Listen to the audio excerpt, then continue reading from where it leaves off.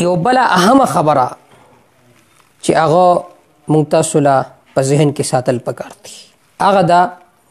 چې بعض دفعه زموږ یو شخصیت سره اختلاف وي د هغه نظریې سره د هغه کاس سره د هغه میشن سره نو بیا مونږ د هغه متعلق غلطې خبرې کوو غلط پوسټونه کوو دارنګې تر دې پورې مونږ ځو چې د هغه شکل و صورت رالو عزیزانو دا کار داسې دی چې دا د اهل علم شایان شان نه دی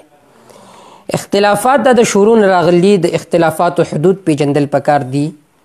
آداب پیژندل پکار دي د هغې مطابق بیا خپل کار مخې ته روانول پکار دي نو برای کرم زه تمامو ملګرو ته دا وایم چې د یو بل تذلیل مه کوئ د یو بل تفسیق مه کوئ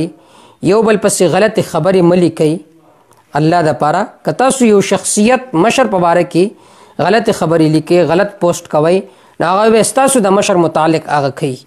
نو مونږ تاسو خپل مشران په خپله کنسو مونږ تاسو سبب جوړیږو لہذا د دې په بنا باندې څومره ملګري دي هغوی ته زما التماس دی چې د داسې قسم پوسټونو نه کمنټونو نه ځان بچو ساتئ ځکه مونږ چې څه عمل کوو ما یلفظ من قول الا لدیه رقیب عتید څه لیکو هغه الله تعالی سره لیکلی کیږي لہذا مونږ له پکار دي چې مونږ خپل قول فعل کردار دې کې محتاط اوسیږو